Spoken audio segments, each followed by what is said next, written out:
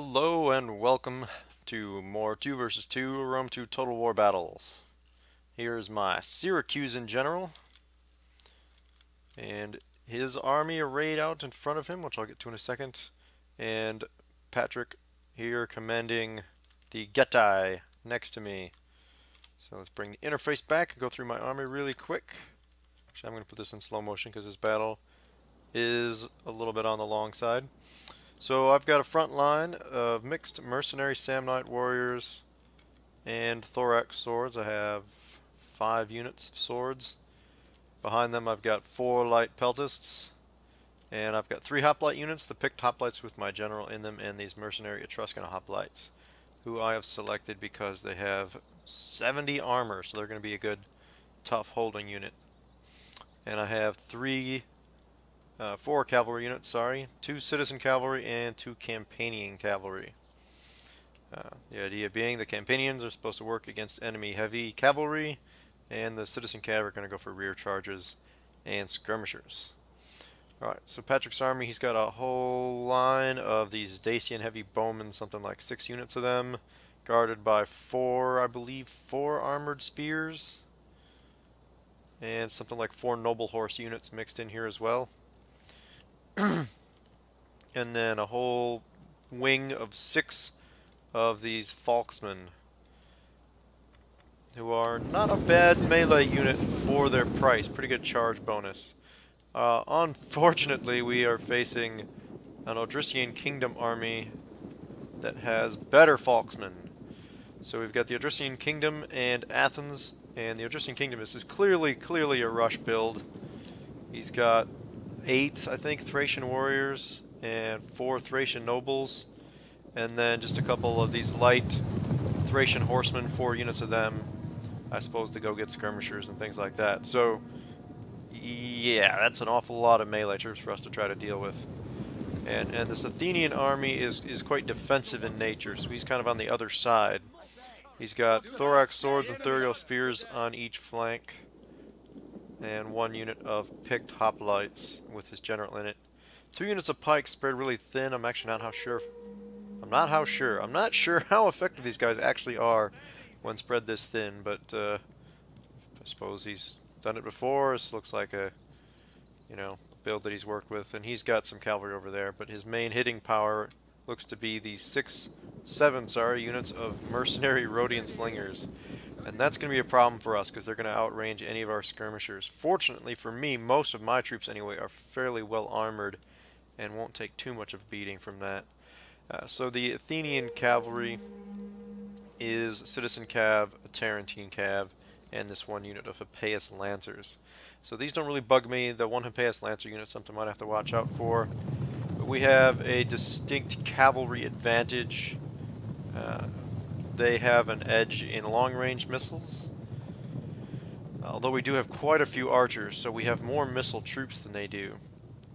However, I don't want to use my light peltists to try to fight these Rhodian slingers. I really want my peltists shooting into preferably these Thracian nobles. This is the target I want to hit. Nice, expensive, powerful unit that doesn't have great armor. I want as many of them to die with javelins in them as possible. So in any case, our plan here was, we see this Athenian army's got a nice front-heavy build. We don't really want to fight those slingers all head-to-head like that. So the plan was for me to sort of hold the Athenians in place and for Patrick to move out to the flank and try to start working in from this direction. And he was kind of getting into range there. Their range had to be close, so he now is going to start swinging a little bit wider. So now here's an interesting move out of our opponents. The Athenian player is sort of acting like the pick, if you will, in basketball, where he's sort of holding this ground. He's going to deny this area to us. We don't want to come and fight these Rhodian slingers. He's got pikes, he's got spears, strong holding force, and every Odrysian kingdom soldier is moving out to this direction. And he's got this Thracian warrior line in front, which is exactly the way I would use these guys. Also, cheaper Thracian warriors in front, and then the nobles behind. So as soon as I see that coming out, I don't really want to stand off against Athens. And I want to get these peltasts over here where they can do all that damage against these very powerful melee troops. Now, I did not realize right away that these were Thracian horsemen.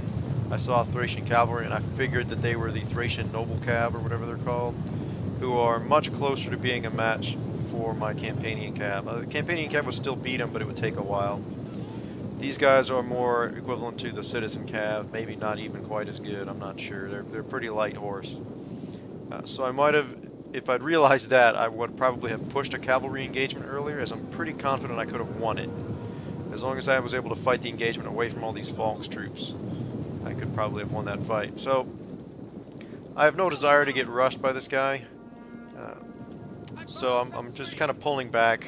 I have no desire to face these guys on the flat ground, so I want to draw him into a situation where I can hit him with my peltasts, or at the very least have an advantage from this hill.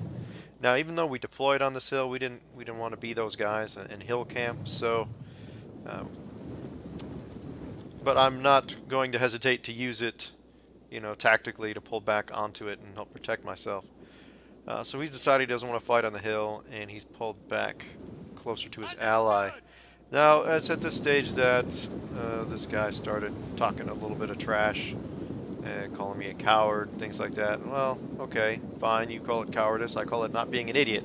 I don't want to fight heavy melee troops with medium melee troops on open ground.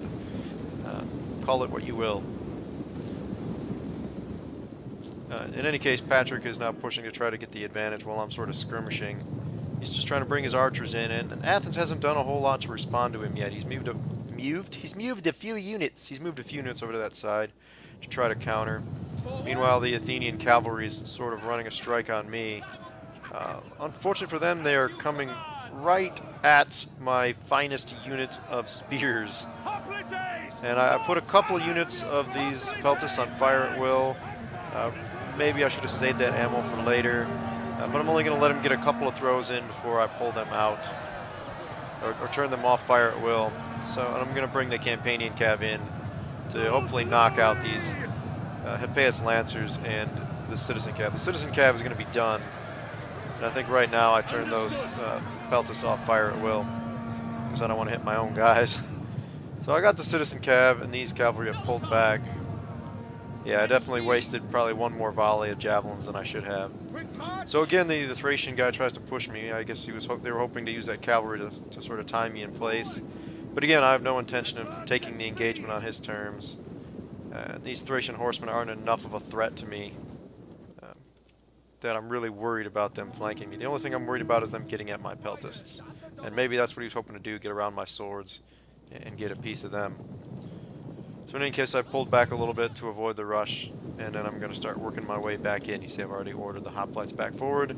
Meanwhile, Patrick is commencing his attack. He's got all of his archers going to start targeting this unit of slingers, and his cavalry's coming around behind the Athenian player. Now, this is one of the sort of weaknesses of the Getae, is that they've got these noble horse who are pretty decent shot cavalry. Let's look at their stats real quick. I mean, their weapon attack is actually pretty good for shot cav, but their melee defense is only 12, so it's going to be a real liability in a long-term engagement. And the Getae don't have access to much in the way of melee cavalry, unfortunately, so that's really a weakness for them. They don't have a good mid or high level melee cavalry. They have sort of a low level cavalry, sort of, again, in the vein of these Thracian horsemen or citizen cavalry or something. Now this is where the Thracian player here actually did, or the Thracian, I say Thracian because all their units are called the Thracian whatever, but the Odrysian kingdom player made a good move here. While I skirmished back from him, he was able to jump in against Patrick before either of us quite realized what was happening. And I'm going to have to rush to re-engage him, and all my cavalry was on the wrong side to come in and hit these guys while they're kind of strung out like this. And also the spears are on this side, and all the melee troops are going to have to try to work their way in from the other side. So Patrick got attacked in the flank pretty good there, and his forces are kind of strung out. They are doing quite a bit of damage to these Thracian horsemen, but the Thracian horsemen did their job. They did a pretty good number on these heavy bowmen, or at the very least tied them up, so they couldn't do as much damage as they would have liked. Now Patrick did get, I didn't even see this when the battle was going on, but Patrick actually did get some of his noble horsemen into these Rhodian slingers, which is exactly what we need to happen. But most of his noble horse have become isolated and away from the main fight, which is going on over here at the moment. This infantry fight is where most of his troops are engaged. So his remaining bowmen are still trying to engage. His horsemen are trying to interfere. They got caught up a little bit on those pikes, which interfered with their charge, or rather these thorax swords. So at this point I'm coming in, I'm bringing my cavalry around to get in and help out as quickly as possible since these Thracian horsemen have re-engaged. And now I'm getting these peltasts to where they can start doing some damage. So now most of these shots are going to go into Thracian warriors, unfortunately. But you see these guys are not terribly well armored. They're going to take damage pretty quickly from this kind of firepower. And he's moved quite a few units toward me, so I start pulling back. In retrospect, I probably should have just dove in against these 3 units and try to knock them out with my 5 melee troops. So he's pushed me back a little bit again, so that was actually also a pretty good move. And so yeah, so I'm going to have to move up and help out, otherwise Patrick's going to be in quite a bit of trouble because he's fighting pretty much all those noble warriors right now. So I just gave a big group attack order, so all these swordsmen are going to come rushing forward. The Etruscan hoplites are even coming in, sort of in this direction. But the hoplites are just kind of lining up here, and I believe I'm even going to put them in hoplite wall, and they're going to act as a sort of flank denial force, as you see me trying to preserve my peltasts there. Again, Tyr should have left these cavalry engaged with these Thracian horsemen. Still was thinking that these were heavier troops, or at least that a couple of them were. So Patrick is at this point basically in a full rout. He's just, all these swords caught him too heavily in the flank, and his own melee troops were not strong enough really to beat them quickly. My swords did get a good charge on these Thracian warriors and beat them up pretty good actually, without too many losses. So unfortunately now I'm kind of blobbed up, but the good news is that he's getting blobbed up too, which is going to mean my javelins for my peltasts are going to do quite a bit of damage. And meanwhile my hoplites are not taking much damage from those missiles. Actually, I think I just did more damage to them with my own missiles than the enemy missiles have done. So here we go. Now I'm fully engaged, and I know my allies out of the fight. I got to try to knock the Odrysian kingdoms out as quickly as I can and try to work back over to Athens, who fortunately for me is still playing fairly defensively. So you see the javelins coming in there trying to hit these Thracian nobles down. And fortunately for me, these guys are completely exhausted from their previous fight. It's also possible that he popped the frenzy and those kind of abilities. So that's helping me out here, and I'm actually driving back these Thracian troops pretty effectively on the flank. And you see I pulled a couple units out to try to get out of this blob situation. I want to avoid the situation Patrick got himself into.